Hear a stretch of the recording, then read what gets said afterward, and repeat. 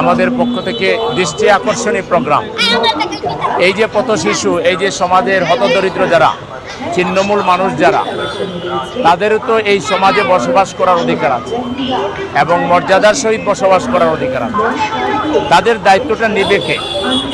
যারা পিছিয়ে আছে, যারা গরিব, যারা অসহায়, এই দায়িত্বটা মূলত রাষ্ট্রের।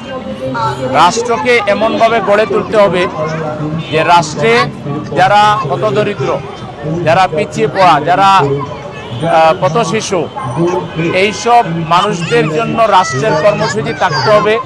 লোক দেখানো না, টোকেন না, তাদের প্রয়োজন মিট আপ হয়, তারা সুন্দরভাবে বসবাস করতে পারে, এরকম করে রাষ্ট্রের পক্ষ থেকে তাদের ব্যাপারে দায়িত্ব নিতে হবে। যেহেতু আমাদের রাষ্ট্র এখনো কল্যাণ রাষ্ট্র নয়, সেই ক্ষেত্রে সামাজিকভাবে যাদের সামর্থ্য আছে তাদের সবাইকে এগিয়ে আসতে হবে। ঈদের আনন্দ ভাগাভাগি করে নিতে হবে। ঈদ মানে আনন্দ, এটা বিশেষ ব্যক্তিদের আনন্দ না, এটা শুধু কিছু মানুষের আনন্দ না। এই আনন্দের মূল ভাগিদার হলো, মূল মালিক হলো যারা গরিব মানুষ। তাদেরকে আমরা সাথে নিয়ে আমরা ঈদের আনন্দ করব। শুধু যদি ধনী লোকেরা নিজের সন্তানকে 10টা-20টা জামা কিনে দেয় আর ধনীর ছেলেরা তারা শুধু ঈদের আনন্দ করে, আর তারা যদি ঈদের আনন্দ থেকে বঞ্চিত থাকে, তাহলে কি আনন্দ হলো? এই জন্য আমরা জামাত ইসলামের পক্ষ থেকে এইটা 3য় দফা আমরা ইচ্ছে পূরণ কর্মসূচি পালন করলাম। এটা আনুষ্ঠানিক, কিন্তু অনানুষ্ঠানিকভাবে আমরা এটা করতে আসি এবং করতে থাকবো। বাসায় বাসায় গিয়ে আমাদের সাধ্যমতো প্রতিবেশীদের মধ্যে, আত্মীয়দের মধ্যে এবং সমাজের বিভিন্ন শ্রেণী পেশার যারা হতদরিদ্র গরিব, তাদের কাছে আমরা আমাদের এই হাদিয়া আমরা পৌঁছাচ্ছি এবং পৌঁছাতে থাকবো ইনশাআল্লাহ।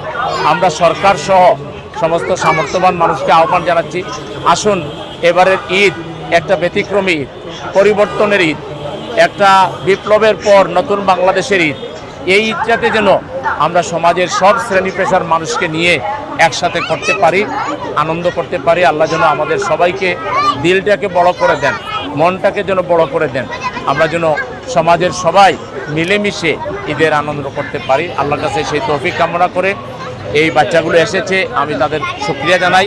তাদের গার্জিয়ান যারা এসেছে তাদেরও শুকরিয়া জানাই। আপনারা সাংবাদিকরা কষ্ট করে এসে আমাদেরকে সহযোগিতা করেছেন, আপনাদেরকেও শুকরিয়া জানাই।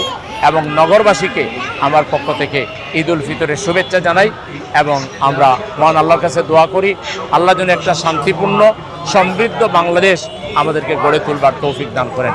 জামাত ইসলামী একটা সমৃদ্ধ বাংলাদেশের জন্য কাজ করছে রাত দিন 24 ঘন্টা।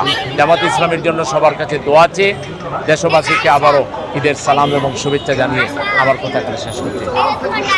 এটা চলমান থাকবে, এটা তো আপনাদের জানাবার জন্য এখানে আসা। এই কাজটা আমরা করতেই থাকি আমাদের প্রতিবেশী এবং আশপাশে। এটা আমরা বলতে পারেন যে ঈদের রাত পর্যন্ত আমরা চালাবো ইনশাআল্লাহ, এবং ঈদের পরেও আমরা চালাবো। এটা আমাদের একটা স্থায়ী কর্মসূচি।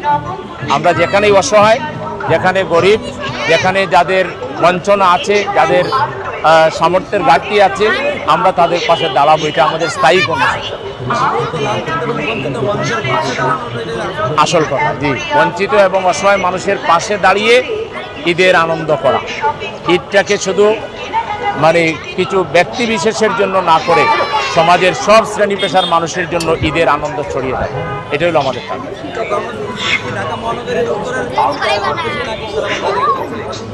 আমরা এটা উত্তরের পক্ষ থেকে করছি, অন্যান্য জায়গায় অন্যান্যরা করবে ইনশাআল্লাহ। সবাইকে শুকরিয়া, জাযাকাল্লাহ।